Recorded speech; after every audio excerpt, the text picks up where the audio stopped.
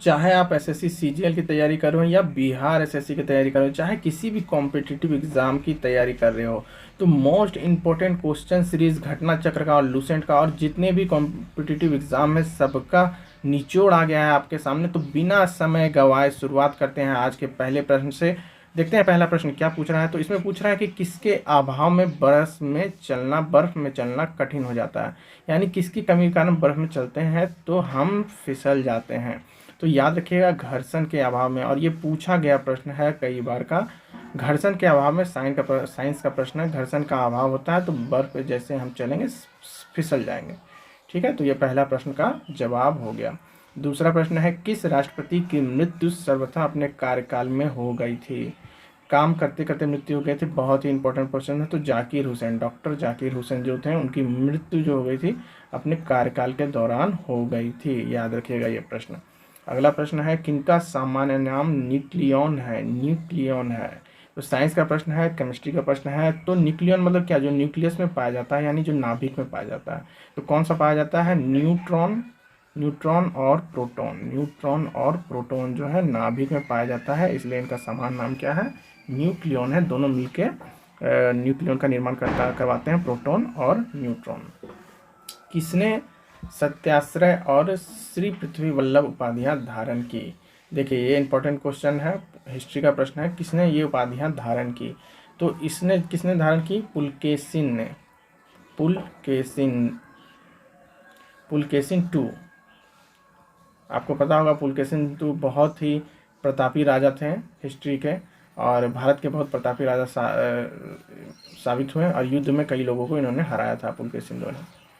किसने लिखा निज भाषा उन्नति अहे सब उन्नति को मूल। ये किसके द्वारा लिखा गया शब्द है, ये पूछा गया प्रीवियस ईयर का प्रश्न है।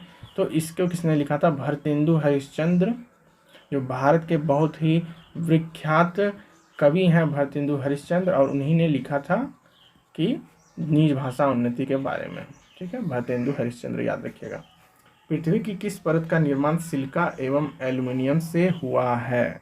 तो किसका निर्माण हुआ है, तो सिलिका और एल्युमिनियम से किसका निर्माण हुआ है, तो भूपर पट्टी का, क्रस्ट का जिसको बोलते हैं, तो भूपर पट्टी याद रखिएगा का निर्माण हुआ है सिलिका और एल्युमिनियम से, क्रस्ट भी इसको बोलते हैं। ठीक है, अगला प्रश्न देखते हैं, सातवां प्रश्न, मानव शरीर का सबसे व्यस्त अंग कौन सा है। मानव शरीर का सबसे व्यस्त अंग जो हमेशा काम करता है, हम चाहे सो भी जाएं लेकिन ये काम करते रहता है, तो वह है हृदय। हमारा हृदय यानी कि हार्ट जो है वो हर वक्त काम करते रहता है। अगला प्रश्न है, भारतीय निर्यात की तीव्र प्रसारण में सहयोग देने वाला एक मुख्य कारक क्या है। निर्यात में, तो निर्यात को बढ़ावा देने वाला एक कारक क्या है, तो विविधीकरण, यानी कि निर्यात का विविधीकरण। ये पूछा गया प्रश्न है, निर्यात का विविधीकरण घटना चक्र का प्रश्न है। विविधीकरण मतलब क्या है, डाइवर्सिटी, मतलब बहुत सारी चीज़ों का निर्यात, एक ही चीज़ का नहीं बहुत सारी चीज़ों का निर्यात करेंगे और उसमें डाइवर्सिटी लाएंगे तो वो तीव्र प्रसारण होगा, मतलब बहुत ज़्यादा फैलेगा। आगामी प्रश्न है, बादामी या वातापी के चालुक्य वंश का सर्वाधिक महान राजा कौन था। तो वातापी का राजा कौन था, वातापी को ही बादामी बोला जाता है इसलिए यहाँ याद दिया गया है। तो कौन था, यहाँ पे अगेन पुलकेशिन द्वितीय के बारे में बात की जा रही है, तो पुलकेशिन द्वितीय ही इसका आंसर हो जाएगा कि वातामी का चालुक्य वंश का सर्वाधिक महान राजा था। ये पूछा गया प्रश्न। अगला प्रश्न देखते हैं, अबेलो नासनी अब नौसहो पद तुलसीदास की किस कृति से मिलता है। ये भी पूछा गया, स्टेट पीसीएस का पूछा गया प्रश्न है। तो ये तुलसीदास के किस पद में मिलता है, ये मिलता है, आपको याद होगा विनय पत्रिका, बहुत ही इंपॉर्टेंट बुक है विनय पत्रिका, तो यहाँ पे ये मिलता है, तुलसीदास द्वारा लिखा गया था।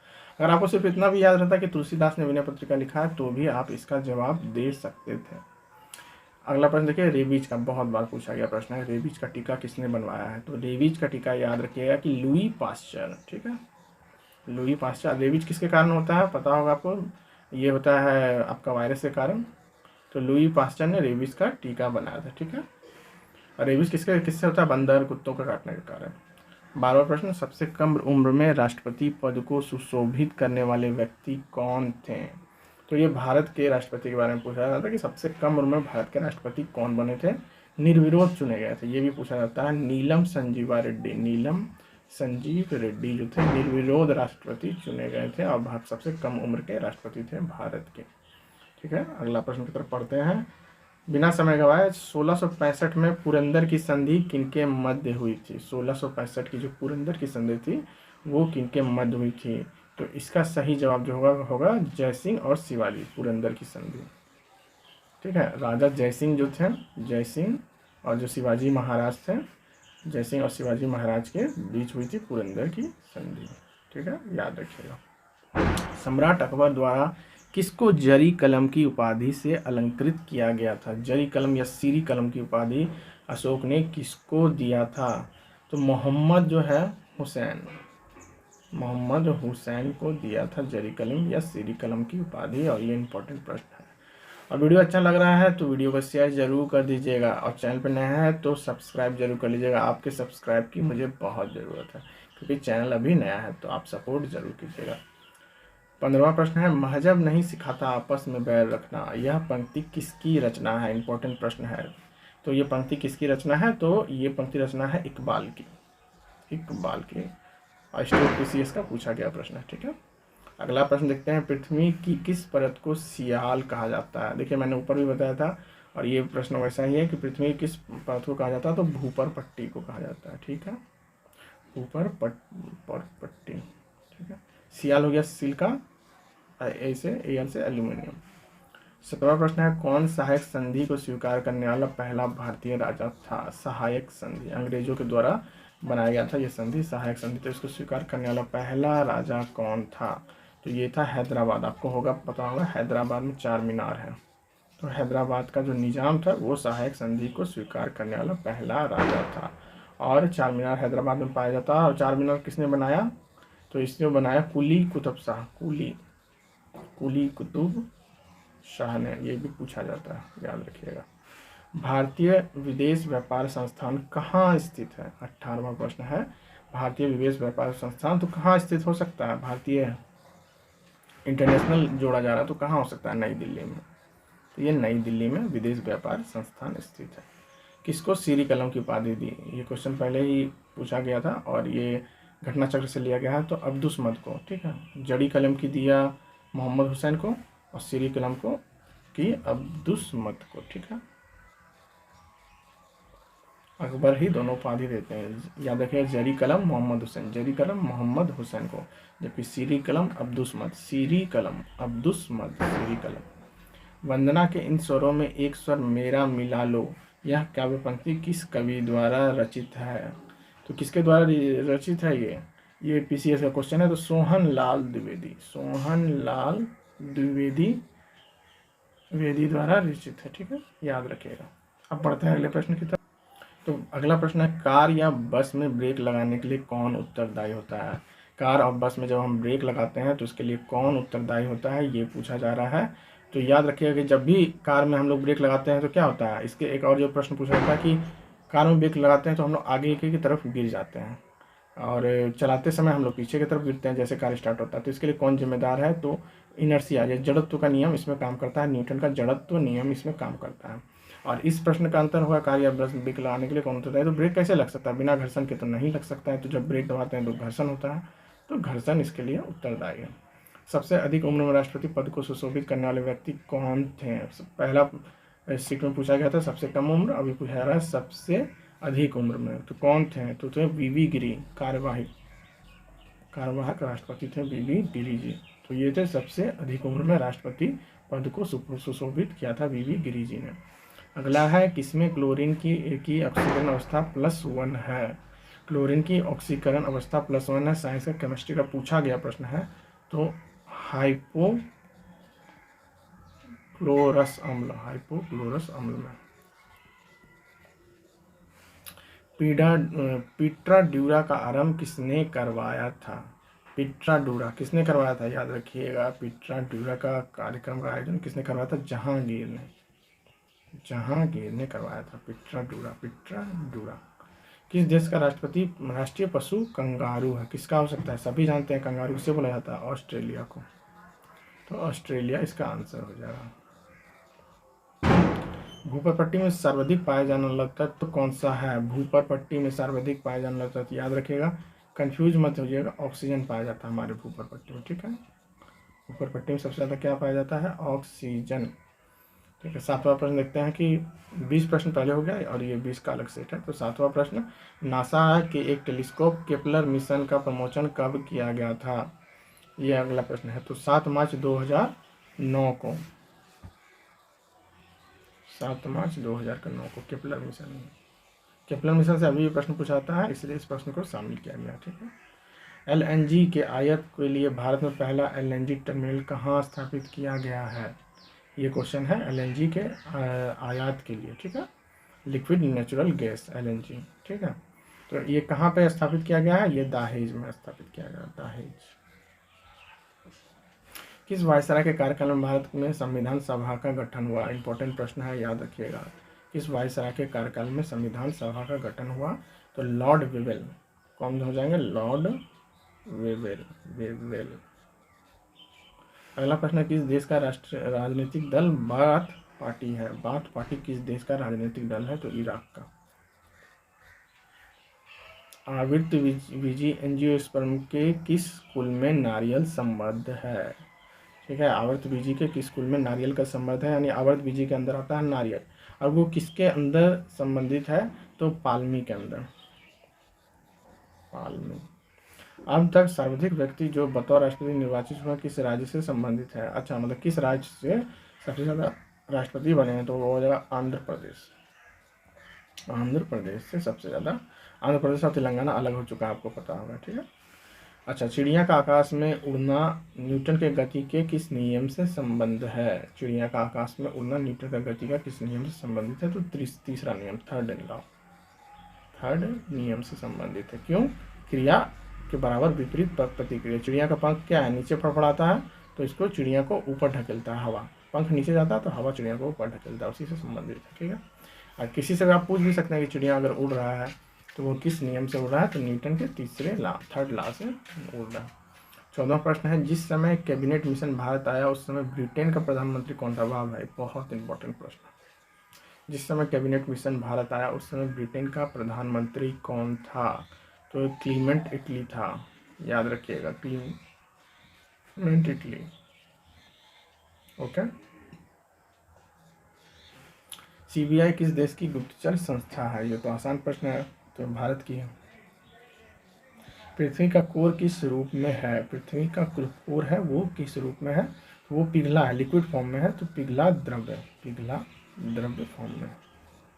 आधुनिक विश्व के प्रथम राजनीतिक चिंतक किसे माना जाता है? किसे माना जाता है विश्व का प्रथम राजनीतिक चिंतक? तो मैकियावेली को माना जाता है, ठीक है। किस वर्ग के देश के साथ भारत का सर्वाधिक आयात व्यापार है? किस वर्ग के देशों के साथ भारत का सर्वाधिक, मतलब भारत किससे सबसे ज़्यादा आयात करता है, ये पूछा जा रहा है। तो मतलब ग्रुप का नाम पूछा जा रहा है, तो ओपेक से, ओपेक देशों के साथ भारत सबसे ज़्यादा आयात करता है। वेवेल प्लान जो लॉर्ड वेवेल का था वो कब लॉन्च किया गया था? तो वो 14 जून 1945 को लॉन्च किया गया था, याद रखिएगा, इंपॉर्टेंट प्रश्न है। वेवेल योजना कब घोषित की थी? 14 जून 1945। CIA किस देश की गुप्तचर एजेंसी है? CIA अपने फिल्म में भी देखा होगा, तो ये USA की है, संयुक्त राज्य अमेरिका की है गुप्तचर एजेंसी CIA। और इस क्लास को आप एज ए रिवीजन भी ले सकते हैं, और इस वीडियो को बार बार रिवीजन करने के तौर पर देख सकते हैं, आपको बहुत फ़ायदा होगा। और अगर आप लगातार देखते हैं तो दिन ब दिन आपका स्कोर भी इम्प्रूव होते जाएगा। तो इसको एज ए रिवीजन आप लीजिए, और सारा का सारा इंपॉर्टेंट प्रश्न है, ध्यान दीजिएगा, ठीक है। तो लोहे में जंग लगना किसका उदाहरण है? इंपॉर्टेंट क्वेश्चन है, बहुत बार पूछा गया है कि लोहे में जंग लगना किसका उदाहरण है? तो ये ऑक्सीकरण